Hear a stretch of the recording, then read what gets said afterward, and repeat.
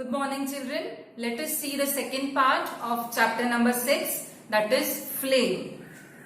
First, we will see the structure of a flame. You have observed the substance which burns with flame. Okay, it has a yellow part, blue part and a innermost black part.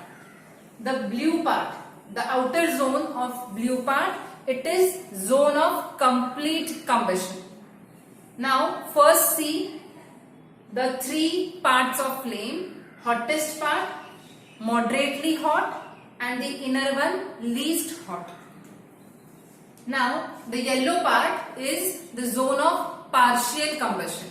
Here all the fuel particles are not burned completely. It is the zone of partial combustion. And the black part, this is the zone of no combustion. It is the innermost part. This part is used by goldsmith, okay, for making the ornaments, for shaping the ornaments, okay, shaping the ornaments. Let us move towards fuel. We have seen different kinds of fuel. It is solid, liquid and gaseous. Now we will see certain characteristics of fuel. Now the fuel should be readily available. We don't have to find much. It should be readily available. It should be cheap. It should burn easily in air at a moderate temperature, okay, at a moderate rate. And it should produce large amount of heat. And the most important thing, it should not leave behind any undesirable substances which may cause air pollution.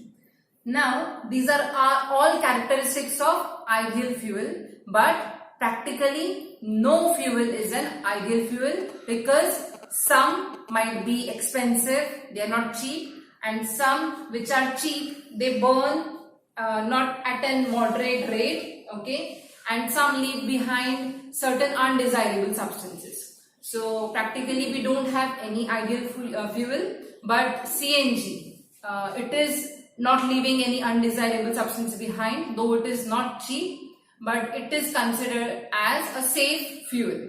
Okay. Now moving towards the third part, that is the calorific value. The amount of heat produced when we burn 1 kg of fuel. Okay, that is the calorific value. It is measured in kilojoules per kilogram. Because it is a kind of energy, heat is a type of energy.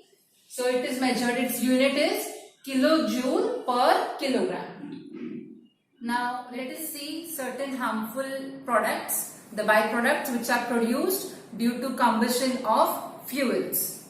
The first one is fine particles. These particles are present in the atmosphere and it causes various respiratory disorders like asthma. The second one is carbon monoxide.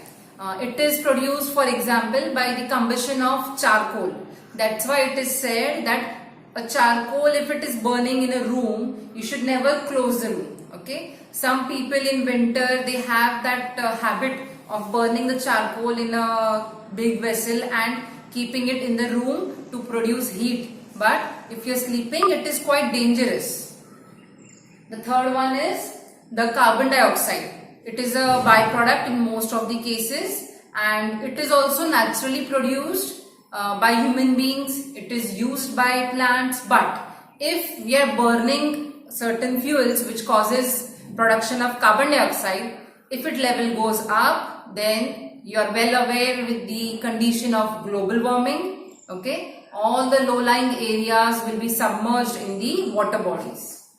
Then the last one is the fuel which causes the production of sulfur dioxide and nitrogen, oxides of nitrogen, okay. So this mixes with rain and causes acid rain, which is again dangerous for all the flora and fauna, for our monuments, okay. It is a type of a danger for our environment. So we should avoid and we should make less use of combustion of such fuels. So these are the harmful products which are produced, although combustion is a process which we cannot avoid, but we should see its rate. Okay. So let me revise. We have today considered the 5 characteristics of ideal fuel. We have studied the structure of a flame, okay, along with the zones of combustion, and we have seen the calorific value, one important term, along with the 5 harmful products